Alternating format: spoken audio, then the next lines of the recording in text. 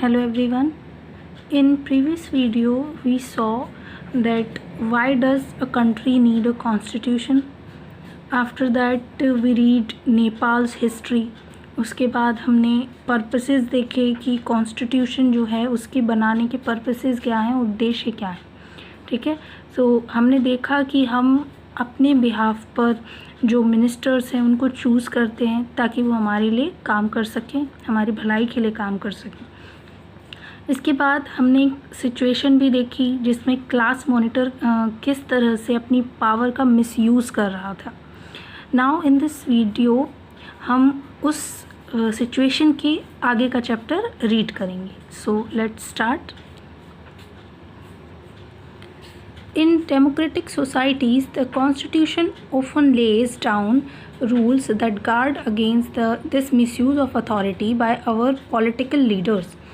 अब जो democratic societies होती हैं यानी लोकतांत्रिक सोसाइटीज़ होती हैं, जैसे हमारा भारत जो है वो उस तरह की सोसाइटीज़, तो जो कॉन्स्टिट्यूशन है उनमें कई सारे रूल्स बनाए जाते हैं, रूल्स रखे जाते हैं ताकि जो जिन लोगों के पास जो पॉलिटिकल लीडर्स हैं, जैसे बड़े बड़े मंत्री हैं, नेता हैं, तो उनके पास जो अथॉरिटी है, मतलब उनके पास जो पावर है उसका वो मिसयूज़ ना कर सकें, है ना, उसका गलत फ़ायदा ना उठा सकें. In the case of the Indian Constitution, about which you will read more later in this chapter. अब इसी केस से रिलेटेड, मतलब इंडियन कॉन्स्टिट्यूशन के बारे में आप और ज़्यादा जानेंगे आप, लेकिन वो आगे के चैप्टर्स में आप पढ़ेंगे. Okay. So many of these laws are contained in the section of fundamental rights. काफ़ी सारे ऐसे कानून हैं जो फंडामेंटल राइट्स जिनको बोले उनके तहत उनको कंटेन किया गया है. किसमें? कॉन्स्टिट्यूशन में. Do you recall the chapter on the Dalit writer Om Prakash Valmiki experience in school from class 7th book. In previous year book in class 7th आपने एक तरह से यहाँ पर ओम प्रकाश वाल्मीकि का जो एग्ज़ाम्पल दिया गया है, he was a Dalit writer. और 7th क्लास में आपको मैंने पढ़ाया था B.R. अम्बेडकर, जो डॉक्टर भीमराव अम्बेडकर थे, ही वॉज़ ऑल्सो अ दलित. तो दलित क्या होता है, आई थिंक ये आपको बताने की ज़रूरत नहीं है, you know already this thing. तो इसी तरीके से जिस तरह से B.R. अम्बेडकर एक दलित थे, उनको जिस तरह से सोसाइटी में बहुत सारी असमानताओं का डिस्क्रिमिनेट होना पड़ा था उन्हें सोसाइटी में, उसी तरीके से ओम प्रकाश वाल्मीकि जो थे उनको भी सोसाइटी में उनके कास्ट की वजह से बहुत ज़्यादा डिस्क्रिमिनेशन झेलना पड़ा था, है ना. In this chapter we talked about the discrimination Om Prakash faced because he was a Dalit. हम इस चैप्टर में ये एक तरह से बात करेंगे, हमने इस चैप्टर में यह बात की कि किस तरह से ओम प्रकाश जो थे या भीमराव अम्बेडकर जो थे उनको डिस्क्रिमिनेशन झेलना पड़ा था, फेस करना पड़ा था, भेदभाव जिसको बोलें वो झेलना पड़ा था क्योंकि वो एक दलित थे, है ना. You read about how the Indian Constitution guarantees the right to equality to all persons and says that no citizen can be discriminated against on grounds of religion, race, caste, gender and place of birth.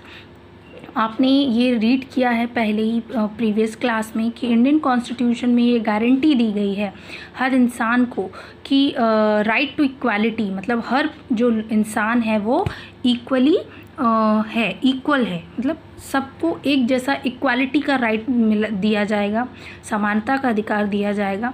और ये जो right to equality है ये एक तरह से guarantee देता है कि कोई भी सिटीज़न, इंडिया का जो सिटीज़न है उसके साथ भेदभाव नहीं किया जाएगा, चाहे वो किसी भी रिलीजन का हो, चाहे वो किसी भी कास्ट का हो, चाहे वो औरत हो या आदमी हो या वो किसी भी मतलब जगह से क्यों ना बिलोंग करता हो, उसके साथ किसी भी तरह का कोई भेदभाव नहीं किया जाएगा. The right to equality is one of the fundamental rights guaranteed by the Indian Constitution. और ये जो right to equality है यानी समानता का अधिकार, ये one of the fundamental rights हैं. fundamental rights जो हम बोलें कि संवैधानिक अधिकार, मतलब संविधान के द्वारा हर नागरिक को, इंडिया के हर सिटीज़न को कुछ अधिकार दिए गए हैं जिनको फंडामेंटल राइट्स बोला जाता है. और उन्हीं राइट्स में से एक राइट है राइट टू इक्वालिटी, यानी समानता का अधिकार। तो ये जो फंडामेंटल राइट है राइट टू इक्वालिटी, ये गारंटी देता है कि किसी भी पर्सन को डिस्क्रिमिनेट नहीं किया जाएगा, उसके साथ भेदभाव नहीं किया जाएगा। Another important function that a constitution plays is in democracy is to ensure that a dominant group does not use its power against other less powerful people or groups. The storyboard below demonstrates one such situation in the classroom. अब देखिए एक और दूसरा important function क्या है constitution का, कि ये एक तरह से कॉन्स्टिट्यूशन जो है वो डेमोक्रेसी में ये सुनिश्चित करता है या निश्चित करता है कि कोई भी जो डोमिनेंट ग्रुप है, डोमिनेंट यानी जिनका या तो जो ताकत में ज़्यादा हैं या फिर मान लीजिए दो ग्रुप हैं, एक जगह 4-5 लोग हैं, एक जगह 10-12 लोग हैं, तो जो 10-12 लोगों का जो ग्रुप होगा वो डोमिनेंट ग्रुप होगा क्योंकि वो संख्या में ज़्यादा है और इस वजह से उनकी पावर भी ज़्यादा होगी, है ना। तो ये एंश्योर करता है कॉन्स्टिट्यूशन डेमोक्रेसी में कि जो डोमिनेंट ग्रुप्स हैं वो अपनी पावर का गलत यूज़ ना करें और उन लोगों के खिलाफ यूज़ ना करें अपनी पावर का जो लेस पावरफुल पीपल हैं या ग्रुप हैं, जैसे जो 4-5 लोगों का जो ग्रुप है उसके अगेंस्ट, है ना। तो यहाँ पर एक सिचुएशन दी गई है, जिस तरह से प्रीवियस जो चीज़ थी हमने उसको समझा कि किस तरह से एक जो अगर किसी को पावर दे दी जाए तो वो अपनी पावर का मिसयूज़ कर सकता है, वो हमने देखा एक क्लास मॉनिटर जो था उसके थ्रू। नाउ इस चीज़ को हम समझेंगे। देखिए the game period is about to begin, school का एक पूरा सिचुएशन है। जो गेम पीरियड था वो स्टार्ट होने वाला था। तो यहाँ पर 2 ग्रुप्स थे जिनमें एक ग्रुप कहता है कि let's play basketball today for a change. तो एक ग्रुप कहता है कि आज बास्केटबॉल खेलते हैं चेंज के लिए, डेली हम क्रिकेट खेलते हैं लेकिन आज हम बास्केटबॉल खेलते हैं। तो दूसरा ग्रुप जो है वो कहता है no we will play cricket. तो दूसरा ग्रुप क्या कहता है, नहीं हम तो क्या खेलेंगे, क्रिकेट ही खेलेंगे। The teacher decides to settle the problem with a show of hands. तो जो एक ग्रुप वाले जो लोग थे, वो बच्चे जो थे, वो बोले कि एक काम करते हैं, टीचर को डिसाइड करने देते हैं, इस प्रॉब्लम का सॉल्यूशन निकालने देते हैं, हम अपने अपने हाथ खड़े करेंगे और जिसके ज़्यादा वोट होंगे उसी हिसाब से जो गेम है वो खेला जाएगा। तो दूसरा ग्रुप का जो एक बच्चा होता है वो कहता है obviously there are more boys in the class. क्या कहता है, हाँ ठीक है चलो मैम के पास, मैम ये प्रॉब्लम का सॉल्यूशन निकालेगी और भी बच्चे हैं क्लास में, तो वो मतलब वोट डलवा कर और पता कर लेंगे कि क्या खेला जाएगा। लास्ट में जो पहले वाले जो क्रिकेट के खेलने के लिए इच्छुक थे, उन्होंने बोला कि वो उनमें से एक लड़का बोलता है ही वी हैव वॉन, हम जीत गए, मतलब उनकी मेजॉरिटी ज़्यादा थी इसलिए ज़्यादा लोग उनकी साइड थे इसलिए वो लोग जीत गए। We always have to do what the boys want because they are in a majority. तो जो दूसरी ग्रुप वाली जो लड़कियां थीं वो कहती हैं कि हमेशा हमें वही करना पड़ता है जो लड़के, ये जो लड़के हैं वो लड़कों का जो ग्रुप है वो चाहता है। क्यों? क्योंकि वो क्या है, संख्या में ज़्यादा है, मेजॉरिटी है उनकी, इसलिए, है ना। तो यहाँ एक ये सिचुएशन दिखाई जा रही है कि किस तरह से एक जो मेजॉरिटी वाला जो ग्रुप है उसके द्वारा जो माइनॉरिटी है यानी कम मेजॉरिटी वाले या कम संख्या वाला जो ग्रुप है उसके खिलाफ या उसके अगेंस्ट जो पावर है मेजॉरिटी का उसको यूज़ ना किया जाए, अगेंस्ट में किसके, जो कम संख्या वाला ग्रुप है उसके। तो इस चीज़ को भी इम्पोर्टेंस दिया गया है कॉन्स्टिट्यूशन में कि कोई भी इस तरह का अपनी पावर का जो ग्रुप है वो एक ग्रुप दूसरे ग्रुप पर अपनी मर्जी ना चला सके। Such unhealthy situations can occur in democratic society too, where a majority can continuously enforce decisions that exclude minorities and against their interest. इस तरह की जो अनहेल्दी सिचुएशन हैं वो कई बार डेमोक्रेटिक सोसाइटीज़ में भी पाई जाती हैं, जहाँ पर जो मेजॉरिटी है वो कंटिन्यूसली अपने डिसीजंस थोपती है या ज़बरदस्ती मनवाती है किन से, जो माइनॉरिटीज़ हैं यानी कम संख्या वाले जो ग्रुप्स हैं उनसे। और जो इस तरह से मतलब जो उनकी कोई फ़र्क नहीं पड़ता उन मेजॉरिटी जो है मेजॉरिटी ग्रुप उसको, कि जो माइनॉरिटी ग्रुप है उनको क्या पसंद है या उनके क्या इंटरेस्ट हैं, वो सिर्फ अपनी जो डिसीजंस हैं वो थोपते हैं किस पर, माइनॉरिटीज़ पर।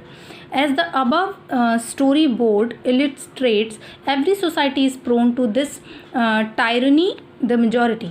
अब जिस तरह से आपने ये स्टोरी बोर्ड पर जो एक पूरी सिचुएशन देखी, उसी तरीके से हर सोसाइटी में इस तरह के जो टायरनी मतलब एक तरह से बात करें अत्याचार, है ना, तो हर सोसाइटी में इस तरह के अत्याचार जो हैं वो बहुत ज़्यादा होते हैं।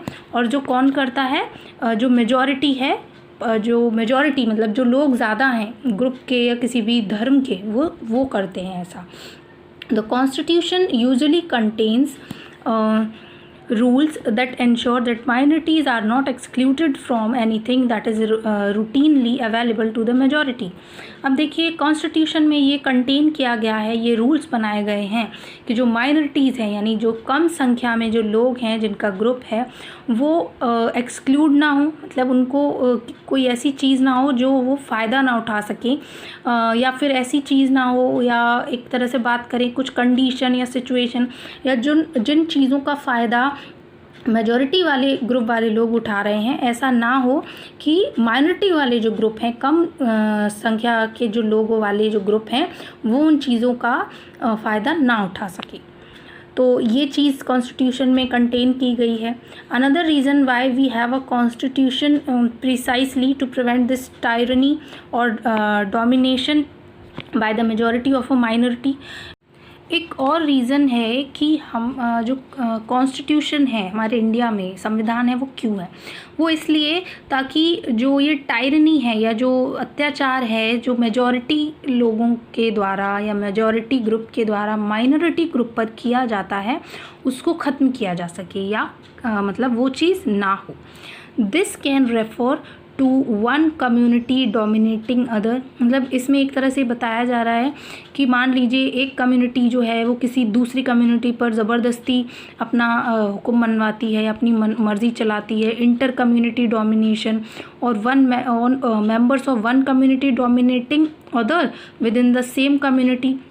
एग्जाम्पल इंट्रा कम्युनिटी डोमिनेशन, कई बार क्या होता है कि एक ही कम्युनिटी के, जैसे मान लीजिए एक ही धर्म के जो लोग हैं वो उनके ग्रुप्स बन जाते हैं, तो कई बार क्या होता है कि एक ही कम्युनिटी में अलग अलग ग्रुप्स बनकर और एक दूसरे पर, या जो मेजॉरिटी वाला जो ग्रुप होगा, ज़्यादा लोगों वाला जो ग्रुप होगा, वो कम लोगों वाले ग्रुप पर अधिकार करना चाहते हैं या उनके मेंबर्स पर क्या करना चाहते हैं, डोमिनेट करना चाहते हैं, मतलब उसको अपना अधीन करना चाहते हैं, गुलाम बनाना चाहते हैं, है ना। तो ये सारी सिचुएशन ना हो, हर इंसान इक्वल हो, कोई किसी पर अपना हुक्म ना चला सके, हर इंसान अपनी लाइफ अच्छे से जी सके, फ्रीली जी सके, इसीलिए हमारे जो जितनी भी डेमोक्रेटिक कंट्रीज़ हैं उनमें कॉन्स्टिट्यूशन बनाया जाता है।